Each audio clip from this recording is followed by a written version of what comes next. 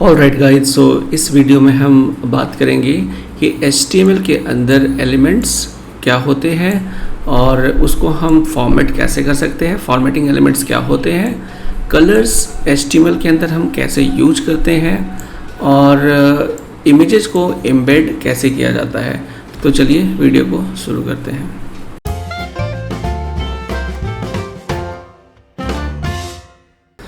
सबसे पहले मैं एक HTML पेज बना लेता हूँ।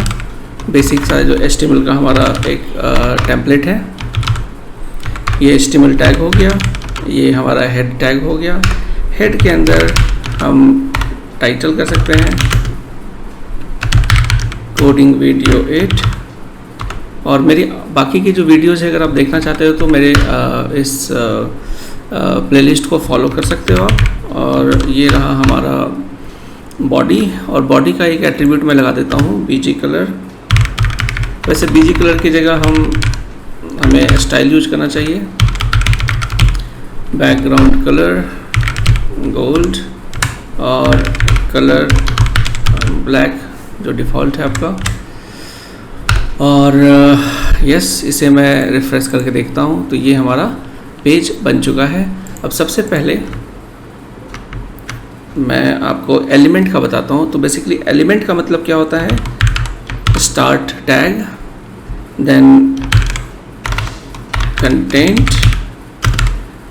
And end tag. तो इन तीनों के कॉम्बिनेशन को हम एलिमेंट बोलते हैं। ओके, तो जो एलिमेंट जैसे यहाँ पे दिखा रहे हैं हम, ये हेडिंग 1 बेसिकली क्या है, इसे हम पूरा एलिमेंट कहेंगे।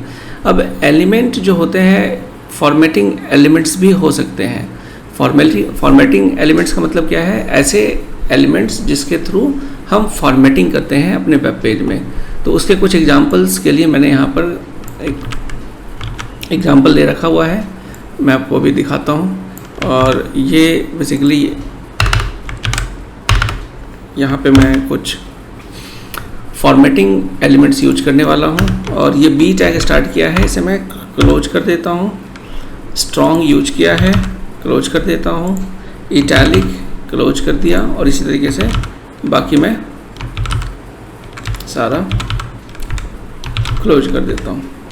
तो यहाँ आप देखोगे बहुत सारे मैंने एलिमेंट्स लिए हैं, स्टार्ट टैग, एंड टैग और उसके बॉडी के साथ। तो अगर आप यहाँ देखो, ये हमारा फॉर्मेटिंग डिस्प्ले हो चुकी है। और इसको अच्छे से क्लियर के लिए मैं यहाँ पर ब्रेक दे देता हूँ, डबल ब्रेक दे देते हैं बेसिकली, ताकि आपको चीज़ें क्लियर हो कि किसका कैसा इफ़ेक्ट है। ओके, तो अगर मैं यहाँ आपको दिखाऊँ तो this is bold text. Bold आपका देखिए यहाँ बोल्ड हो चुका है। इसके लिए हम बी टैग यूज करते हैं। स्ट्रॉन्ग के लिए स्ट्रॉन्ग यूज करते हैं। तो बोल्ड बेसिकली आपका लुक एंड फील के लिए होता है, और स्ट्रॉन्ग जब आप किसी टेक्स्ट को इम्पॉर्टेंट बताना चाहते हो तो आप स्ट्रॉन्ग यूज कर सकते हो। उसी तरह से इटैलिक और एम्फेसाइज्ड टेक्स्ट का सेम आपका लुक एंड फील होता है। अगर किसी टेक्स्ट को आप मार्क करना चाहते हो तो आप मार्क टैग यूज कर सकते हो। यहाँ देखिए, यहाँ पे येलो कलर में आपका मार्क हो चुका है। अगर किसी टेक्स्ट को छोटा करना हो तो स्मॉलर, उसके लिए स्मॉल टैग यूज करते हैं। किसी चीज़ को डिलीट करना चाहते हो, आपने एक स्टोरी लिखी और आप चाहते हो कि वो स्टोरी दिखती रहे, लेकिन यूज़र को ये पता चल जाए कि पहले मैंने कुछ और लिखा था, अब मैंने इसे डिलीट कर दिया है, तो उसके लिए आप डेल का यूज कर सकते हो। नेक्स्ट हमारा क्या है, इंसर्ट।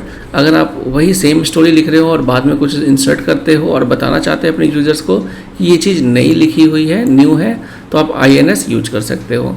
सब स्क्रिप्ट और सुपर स्क्रिप्ट के लिए आप SUB और SUP यूज कर सकते हो। तो इसका एग्जाम्पल के लिए मैं आपको H2 को यहाँ पर यूज करता हूँ, और ये 2 to the power 24। अब मैं इसको आपको डिस्प्ले करके दिखाता हूँ। ये देखिए, तो H2O, अब ये 2 जो है ये बेसिकली क्या है, सब स्क्रिप्ट है, नीचे है, और जो ऊपर है 2 raised to the power 24 that is super script. तो ये हमारे कुछ फॉर्मेटिंग एलिमेंट्स है। बाकी के लिए आप बहुत सारी वेबसाइट्स है, वहाँ विजिट कर सकते हो। W3 Schools की वेबसाइट है, वहाँ भी आप जा सकते हो। मेरी भी वेबसाइट है w3schools.me, वहाँ पे भी जाकर आप एग्जांपल्स को देख सकते हो। नेक्स्ट हमारा आता है कलर्स। तो ये मैं पहले इसको मैं चेंज कर देता हूँ, फॉर्मेटिंग एलिमेंट्स, ये हमने किया। अब मैं यहाँ पे कलर्स का आपको बता देता हूँ। नेक्स्ट सेक्शन हमारा क्या है, कलर्स। तो colours basically they are very important. आप अपने पेज देखा होगा, अपने पेज में तो कलर्स हम नॉर्मली यूज करते हैं। जैसे कि मैंने अपने इस वेब पेज में बैकग्राउंड में गोल्ड कलर यूज किया है और टेक्स्ट का ब्लैक कलर यूज किया हुआ है। अगर यहाँ मैं ब्लैक की जगह इसको रेड कर देता हूँ तो ये देखिए यहाँ पर आपका रेड में हो जाएगा। ओके, येलो ग्रीन करता हूँ तो ये येलो ग्रीन हो जाएगा। तो बेसिकली आपको देखना है कि जो आप वेब पेज बनाते हो उसका कलर, बैकग्राउंड कलर कैसा हो, ताकि ये जो पेज है यूजर्स को देखने में अच्छा लगे। तो कलर्स बेसिकली हम अपने HTML के अंदर 3-4 तरीके से यूज कर सकते हैं। और इसमें जो कलर्स होते हैं बेसिकली वो कलर्स आपके होते हैं या तो RGB, या तो हेक्स, या तो HSL, RGBA और HSLA। इन सब के बारे में डिटेल्स में मैंने अपने कंसेप्ट वाली वीडियो में, जो आप प्लेलिस्ट में जाकर देख सकते हो, उसमें बताया हुआ है। तो बेसिकली अगर मैं RGB की बात करूं तो RGB का मतलब होता है रेड, ग्रीन, ब्लू। और इसके एग्जांपल के लिए मैं आपको एक टैग, एक एलिमेंट ही आपको दिखाता हूं, और उस एलिमेंट में मैं यूज करूंगा ये। तो यहाँ अगर आप देख सकते हो कि ये हमारा H1 टैग है, स्टार्ट टैग है, और इसमें मैंने स्टाइल के थ्रू बैकग्राउंड कलर दे दिया है। अब ये कलर मैंने यहाँ पर देखो, अगर ऊपर आप देखो तो हमने डायरेक्टली कलर्स दिए थे। ओके, तो कलर्स कुछ होते हैं जैसे gold, black, pink, red, green. तो ऐसे कुछ वेब से कलर्स होते हैं जो कि HTML में यूज होता है। तो उन कलर्स के नाम जानने के लिए, वैसे आपको बहुत सारी वेबसाइट में मिल जाएगा, मैं आपको यहाँ पर दिखा देता हूँ। अगर आप इस वेबसाइट पर जाते हो तो यहाँ पर आप देख सकते हो कि इतने सारे कलर्स हैं बेस्ड ऑन थीम। तो रेड के अंदर इतने सारे कलर्स आपको मिल जाएंगे, Indian red, light coral, salmon, dark salmon. और इनके साथ देखिए, अगर आपको कलर यूज करना है तो आप डायरेक्टली यहाँ पे कलर में यूज सीधा दे सकते हो, इंडियन रेड, लाइट कोरल। तो इस तरीके से ये देखिए बहुत सारे कलर्स होते हैं, आप अपनी मर्जी से कोई सा भी कलर यूज कर सकते हो। एक चीज़ और आपने नोटिस किया होगा कि ये जो कलर जो है इजी टू यूज जो कलर नेम्स है, जो मतलब हमें आसानी से याद रहता है, जैसे इंडियन रेड, ग्रीन, ब्लू, उसकी जगह हम हेक्साडेसिमल कोड्स भी यूज कर सकते हैं। इसमें टोटल 6 कैरेक्टर्स होते हैं। इसके पहले 2 रेड, दूसरा ग्रीन और तीसरा ब्लू रिप्रेजेंट करता है। तो यहाँ आप देखोगे कि हमने RGB यूज किया है। RGB क्या है, रेड, ग्रीन, ब्लू। तो यहाँ बता रहे हैं कि रेड का 255, ग्रीन का 99 और ब्लू का 71 मिक्स करने पे लेट्स सी ये वो कैसा आपका बैकग्राउंड बनता है। तो ये H1 हमारा ये इन 3 कलर्स के कॉम्बिनेशन से ये कलर बना है। ये बेसिकली आपका टोमेटो कलर है। अब इसी RGB की जगह अगर मुझे सपोज इसी RGB कोड का हेक्साडेसिमल कोड फाइंड आउट करना है तो मैं यहाँ पर हेक्साडेसिमल कोड ऐसे यूज कर सकता हूँ। अब ये देखो आपका कलर बिल्कुल सेम है, लेकिन अब मैंने यूज किया है हेक्साडेसिमल कोड। उसी तरीके से तीसरा जो कलर होता है वो होता है HSL। HSL का मतलब क्या होता है, ह्यू, सैचुरेशन और लाइटनेस। तो यहाँ पे ह्यू मैंने 9 लिया है, सैचुरेशन 100% है और लाइटनेस 64 है। तो इससे मैं रिफ्रेश करता हूँ, इसका भी सेम इफेक्ट है। सो बेसिकली आप देख रहे हो कलर आप जो लिखते हो उसको अलग अलग तरीक़ों से हम यूज कर सकते हैं, चाहे हम RGB यूज करें, चाहे हेक्साडेसिमल करें या फिर HSL करें। अब इसी के साथ साथ मैंने आपको ट्रांसपेरेंट कलर्स का भी कंसेप्ट बताया था। तो ट्रांसपेरेंट कलर में बेसिकली क्या होता है, हम अल्फ़ा ऐड कर देते हैं। ओके, तो अल्फ़ा ऐड करते ही अगर आप यहाँ देखो, यहाँ पे इसी कलर में मैंने क्या 0.5 अल्फ़ा कर दिया। कलर तो वही टोमेटो है, लेकिन इसको हमने ट्रांसपेरेंट कर दिया 0.5। तो यहाँ पर मैंने RGB में सेम ये कलर्स यूज किया है और HSL में भी सेम किया है, बस लास्ट में हमने अल्फ़ा 0.5 किया है। अगर ओके, तो अब देख लेते हैं कि इसमें अगर मैं 0.5 की जगह 0.2 कर देता हूँ या 0.1 कर देता हूँ और यहाँ पे इसे मैं 0.7 कर देता हूँ और ये 7 कर देता हूँ, तो इससे क्या इफ़ेक्ट पड़ता है। तो ये जैसे ही मैंने इसको 0.1 किया तो ये और ज़्यादा लाइट हो जाता है और जैसे मैं 1 के क्लोज करता हूँ 0.7 ये डार्क होता जाता है। सो बेसिकली इस तरीके से ट्रांसपेरेंसी भी वर्कआउट होती है। तो नेक्स्ट हमारा है इसके बाद images. Images are very important. और इमेजेस आपने देखा होगा कि वेबसाइट्स जब आप विजिट करते हो तो आपको इमेजेस बहुत सारी डिस्प्ले होती है। तो इमेज को डिस्प्ले करने के लिए जो बेसिक हमारे पास एलिमेंट होता है वो होता है इमेज टैग के साथ img सोर्स हम बता देते हैं जैसे नेम। अब मैं आपको फोल्डर स्ट्रक्चर बताऊं तो हमारा जो फोल्डर स्ट्रक्चर है इस फोल्डर स्ट्रक्चर के अंदर 1 सेकेंड, तो ये जो हमारा फोल्डर स्ट्रक्चर है HTML फोल्डर, इसके अंदर हमारा ये पेज है कोडिंग 12 और यहाँ पे मैंने एक लोगो यूज किया हुआ है, राइट।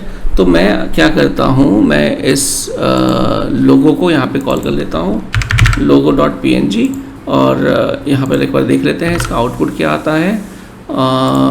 यहाँ पर मैं इसको पेज को रिफ्रेश कर दे रहा हूँ और ये इमेज मेरा यहाँ डिस्प्ले हो गया है।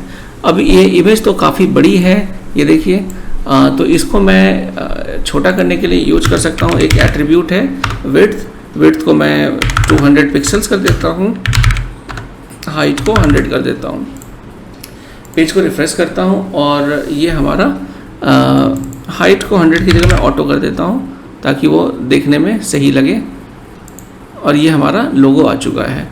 ओके, अब आपने नोटिस किया होगा कि यहाँ पर ये इमेज के ऊपर जब मैं होवर कर रहा हूँ तो मुझे कुछ डिस्प्ले नहीं हो रहा है।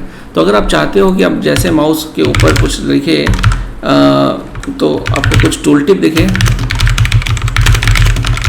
तो यहाँ मैंने लिख दिया है logo of programming with Rakesh और पेज को रिफ्रेश करके मैं अब माउस होवर करूँगा तो मुझे देखो यहाँ पे आपको दिख जाएगा logo of programming with Rakesh. Okay, कुछ मैं ब्रेक्स दे देता हूँ ताकि मेरे पेज ऊपर डिस्प्ले हो जाए। ओके, ये देखिए,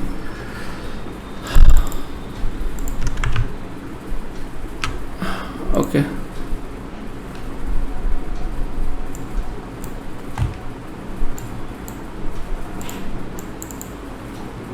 तो यहाँ पर ये हमारा लोगो डिस्प्ले हो चुका है। अब एक हमने टूल टिप यहाँ पर देख लिया है। दूसरा हमारा एट्रीब्यूट क्या होता है, एक ऑल्ट होता है। ऑल्ट का मतलब क्या होता है कि अगर किसी कारण से आपके ब्राउज़र पे ये इमेज डिस्प्ले नहीं होती है तो उसकी जगह आप जो भी आपने ऑल्ट में लिखा है वो ऑल्ट में डिस्प्ले हो जाएगा। ऐसे बहुत सारे स्क्रीन रीडर्स होते हैं जो इमेजेस को रीड नहीं कर पाते, तो वहाँ पर आपका अल्टरनेट टेक्स्ट जो भी लिखा होगा वो डिस्प्ले हो जाएगा। तो यहाँ पे आप लिख सकते हो जैसे programming with Rakesh logo. Okay, तो ये हमारा हो गया सोर्स। अब देखिए यहाँ पे सोर्स, क्योंकि हमारा जो फोल्डर स्ट्रक्चर था वो बिल्कुल फोल्डर स्ट्रक्चर के अंदर जो लोगो है वो डायरेक्टली उसी फोल्डर में है जहाँ पर HTML है। इस कारण से हमने जो पाथ दिया हुआ है वो डायरेक्टली logo.png लिखा हुआ है। समटाइम्स क्या होता है कि हमारे पास एक फ़ोल्डर होता है, जैसे हम एक फ़ोल्डर बना लेते हैं इमेजेज, और इसे मैं यहाँ से कट कर देता हूँ और यहाँ पेस्ट कर देता हूँ। तो अब हमारा जो इमेज है वो इमेजेस फोल्डर के अंदर है। तो अगर मैं अपने पेज को देखता हूँ तो अब ये लोगो डिस्प्ले नहीं होता, और जब डिस्प्ले नहीं होता तो यहाँ वो ऑल्ट टेक्स्ट भी आ जाता है। ओके, तो अब क्या प्रॉब्लम हुई है, प्रॉब्लम ये है कि जहाँ पर आपकी फ़ाइल है वहाँ पे इमेज नहीं है, तो उसका हमें रिलेटिव पाथ बताना पड़ेगा कि अब जो फाइल है वो रूट से के अंदर एक इमेजेस फोल्डर है उसके अंदर है। अब मैं इसको रिफ्रेश कर लेता हूँ, देखिए अब आपको यहाँ पर डिस्प्ले हो गया है। तो उसी तरीके से कई बार ऐसा भी होता है, जैसे आपका जो लोगो है, जैसे मैंने आपको गूगल का भी एग्जांपल बताया था। ओके, तो गूगल में का जो आपका लोगो है, जैसे google.com ओपन करते हो, और अगर आप इस इमेज को यूज करना चाहते हो तो आप इस इमेज पे right click, open image in new tab कर सकते हो, और ये पाथ आपका ऑनलाइन पाथ है, इसे आप कॉपी कर सकते हो और आप यहाँ पर भी ऐसे लगा सकते हो। तो इस तरीके से आप एक ऑनलाइन इमेज को भी कॉल कर सकते हो। ठीक है, तो आई होप ये भी आपको क्लियर हो गया होगा। और लास्ट एग्जांपल में मैंने लिंक वाले में कोडिंग एग्जांपल में बताया था कि आप इस इमेज को लिंक कर सकते हो किसी भी URL से। जैसे मैं यहाँ पे अभी आपको google.com से लिंक कर देता हूँ। ओके, तो यहाँ पे मैंने ए टैग यूज किया और इमेज के अंदर, इमेज के बाहर, और इमेज को इसके अंदर कर दिया। अब मैं इसे रिफ्रेश करता हूँ, जब मैं इस पर क्लिक करूँगा तो मैं गूगल की वेबसाइट पे देखो यहाँ चला गया। तो ये बेसिकली हमारे एग्जांपल्स हो गए इमेजेस के और कलर्स के देन फॉर्मेटिंग एलिमेंट्स के। तो आई होप आपको ये वीडियो क्लियर होगी। अगर कुछ भी आपको प्रॉब्लम होती है तो कमेंट बॉक्स में आप मेरे से पूछ सकते हो। अगली वीडियो में मैं आपसे मिलता हूँ जहाँ मैं आपको कुछ कंसेप्ट्स बताऊँगा। Thank you very much.